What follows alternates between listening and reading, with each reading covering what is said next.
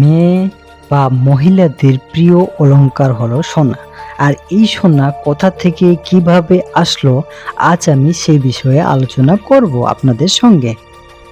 South আফ্রিকার would water সেরেন্ট পেছনে কি বলা হয়েছে, পৃথিবীর বুকে যত সোনা বা গোল্ড পাওয়া যায় তার 40% এখানেই পাওয়া যায়।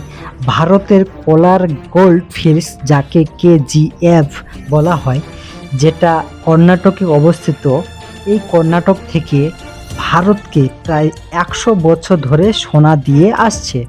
গবেষকরা বলছেন 1 নম্বর সাউথ আমেরিকার আমাজনের বেসিনে অনেকগুলো সোনা মাটির ভেতরে আছে। 2 নম্বর রাশিয়ার সাইবেরিয়ানেতে। 3 নম্বর প্রশান্ত মহাসাগরের নিচে। 4 নম্বর গ্রিনল্যান্ড এর বরফ গলে সোনার সন্ধান পাওয়া গেছে।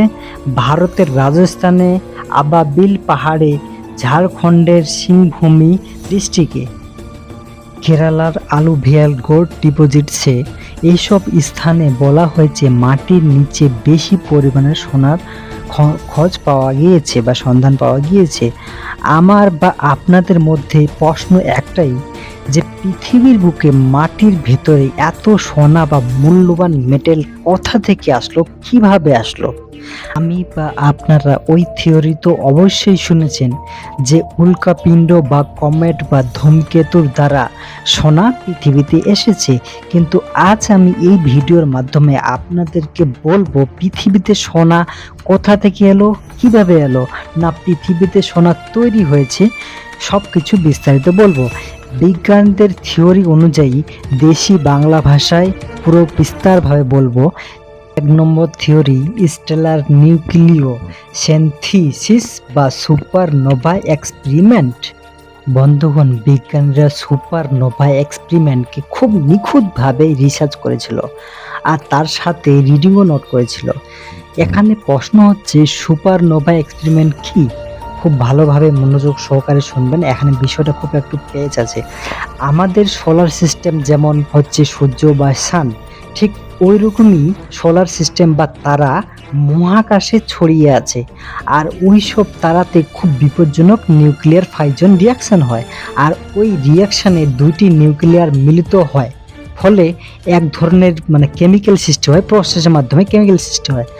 আর বড় একটা বিস্ফোট হয়, ফলে বড় একটা বিস্ফোট হয়। আর বিস্ফোটকের কারণে তারার মধ্যে থাকা যে হেভি মেটেলস বা সোনা মহাকাশে ছড়িয়ে পড়ে, আর সেই সোনা আমাদের পৃথিবীতে এসে পৌঁছায় বা মাটির নিচে চলে গেছে। আর সেই বিস্ফোটকের কারণে একটা এনার্জি বের হয়, আর আমাদের সূর্য এনার্জিটাকে শোষণ করে নেয়, ফলে কি হয়, আমাদেরকে সূর্য আলো বা তাপ দেয়।